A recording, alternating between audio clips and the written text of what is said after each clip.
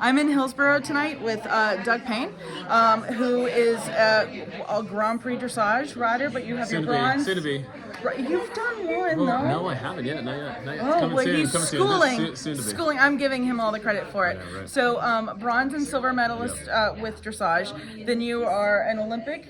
You made the Olympic team for the eventing, and then Tokyo. And then the WEG. Nah, Pan Ams. Pan Ams. Yep. Okay, and then you're getting ready to go potentially to try for Paris for Grand Prix jumping. Paris would be for eventing, and we've got 3 I'm FEI. so wrong. I'm so sorry. And we've got By the way, I've been wrong the whole time I've been here with him. Okay. So then we've got 3 FEI jumpers, though. So 3 FEI jumpers. Up to Okay. 4-star. I really want this guy to be a jumper, Yeah, and it's no coming, matter it's what, coming. that's what I keep putting on. So Our you're migration going. is real. We're down to 3 event horses. Okay, so perfect. So you'll be going with my bestie Boyd, Yeah. if you go. Oh, Okay, yeah. because tell Boyd Hyde when we get there. Okay. All right. So we're doing 3 quick questions. The first question is, what do you look for in a top quality horse? So top quality in every sport he's in. No, it's all.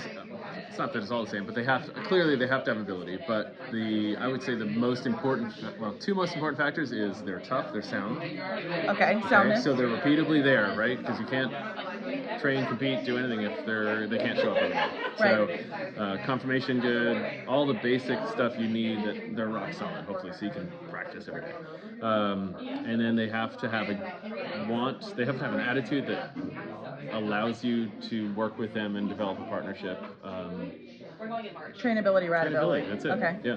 Because if they have the heart for it and they're sound, generally speaking, you're going to get there. Perfect. A lot of the questions that have been coming up lately with my audience is, how do you pick a trainer? And a lot of people ask you, you have a various amount of horses with different mindsets, different trainability. How do you, and you obviously do all the sports. No, it's tricky. It's tricky. I think you have to have a trainer that clearly works with your personality and your strengths and weaknesses, and then also your horses, and you are your horse's advocate, right? So if it ends up being a horse that is super fragile, maybe somebody that's a little more direct probably isn't the right one, but you might have a kind of a deadhead that direct person is exactly who you need to go to. Okay. So pick and choose, try it out, go to some clinics, get a feel. Yeah. Final question number 3. We have a lot of jumpers, a lot of amateur jumpers. Yep.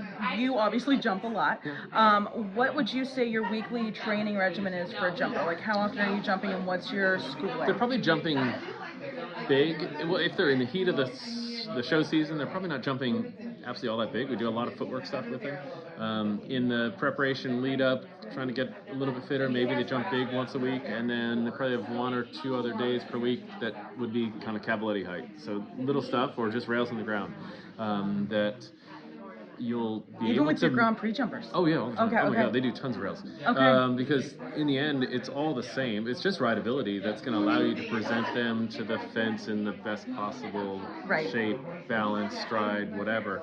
And the rail is honestly, just a rail on the ground is just about all you need the majority of the time. And then it's very low stress on their legs at that point too, because you have to look, again, long-term soundness.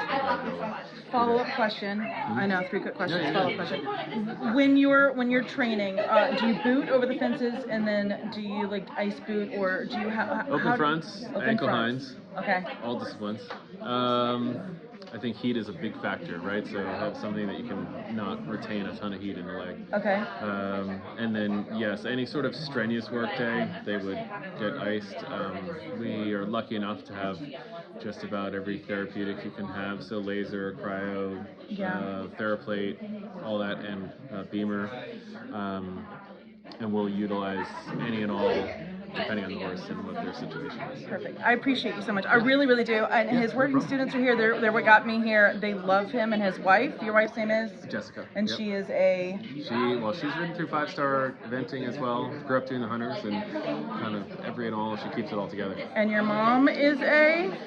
She's judged at 2 Olympic Games, eventing dressage judge, and ridden through Grand Prix herself. And she's, the young age at 74 is about to do her first training level event. So she just got herself another horse. Like, she's on it. So it's in the blood. Oh yeah, it's definitely in the blood. I cannot thank you enough. And I really do. I really appreciate this. Thank you so much. Doug Payne, everybody.